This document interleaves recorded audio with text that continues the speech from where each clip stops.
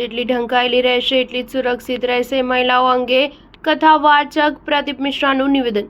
જયપુરના વિદ્યાધર નગર stadium ખાતે યોજાઈ રહેલી 7 દિવસીય શિવ મહાપુરાણ કથાના બીજા દિવસે પ્રખ્યાત કથાકાર પંડિત પ્રદીપ મિશ્રાએ સમાજ અને સંસ્કૃતિને લગતા ઘણા મુદ્દાઓ પર પોતાના વિચારો વ્યક્ત કર્યા. તેમણે મહિલાઓના કપડાં, સંસ્કૃતિ, બાળ ઉછેર અને તબીબી સારવાર પર ઘણી ટિપ્પણીઓ કરી. પ્રદીપ મિશ્રાએ તુલસીના છોડની તુલના છોકરીઓના શરીર સાથે કરી અને કહ્યું કે જો તુલસીના છોડનું મૂળ દેખાય તો છોડ મરી જાય છે, તેવી જ રીતે છોકરીઓની નાભી પણ શરીરનું મૂળ છે. તેને કપડાથી ઢાંકીને રાખવું જોઈએ. એટલું બધું તેને ઢાંકવામાં આવશે તેટલું વધુ સુરક્ષિત રહેશે. આધુનિક પોશાકને કારણે ગુનાઓ વધી રહ્યા છે અને કોઈ સરકાર કે વહીવટીતંત્ર આ ગુનાઓને રોકી શકતું નથી. ફક્ત ઘરના સંસ્કાર જ તેમને રોકી શકે છે. પ્રદીપ મિશ્રાએ ચંચલા દેવીની વાર્તા સંભળાવી અને મહિલાઓને શિષ્ટ પોશાક પહેરવાની સલાહ આપી.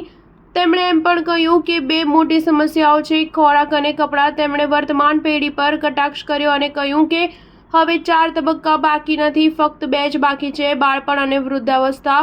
મોબાઈલ ફોને બાળકોને તેમના સમય પહેલા પરિપક્વ બનાવી દીધા છે. કથાની વચ્ચે પ્રદીપ મિશ્રાએ એક ઘરેલું ઉપાયનો પણ ઉલ્લેખ કર્યો. તેમણે કહ્યું કે જો શરીરમાં કોઈ ગાંઠ હોય તો ડૉક્ટરની સલાહ લો, પણ તેની સાથે બીલીપત્ર પણ ખાઓ. ડૉક્ટર શિવનું સ્વરૂપ છે. સારવાર લો અને બીલીપત્રની મદદથી ગાંઠ બહાર આવશે. સ્ટાર ન્યૂઝ 7 હંમેશા સચ્ચાઈની સાથે.